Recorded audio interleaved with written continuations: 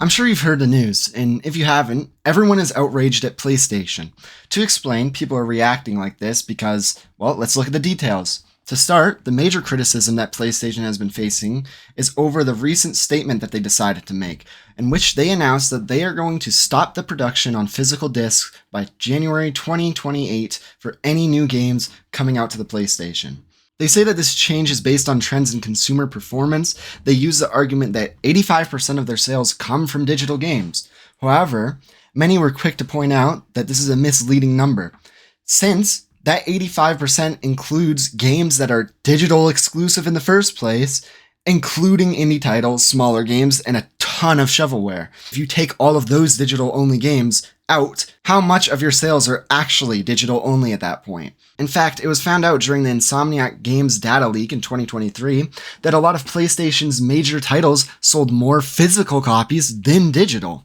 To make matters worse, PlayStation is also closing their PS3 and Vita stores. This announcement got them community noted on Twitter. The note reading, Sony is pushing a digital monopoly. Ending physical discs and closing the PS3/Vita stores turns purchases into revocable licenses under Sony's controls. The EU, the European Union, penalized Apple for comparable DMA abuses. PlayStation is eroding ownership and consumer choice the same way.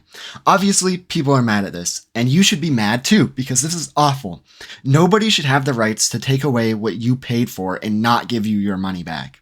The user response to this has been overwhelmingly negative, with one post recurring a lot more than others stating, if buying isn't owning, then piracy isn't stealing. The traction this has garnered has been going on for days, and I don't see it stopping anytime soon, especially with some of the biggest influencers talking about it.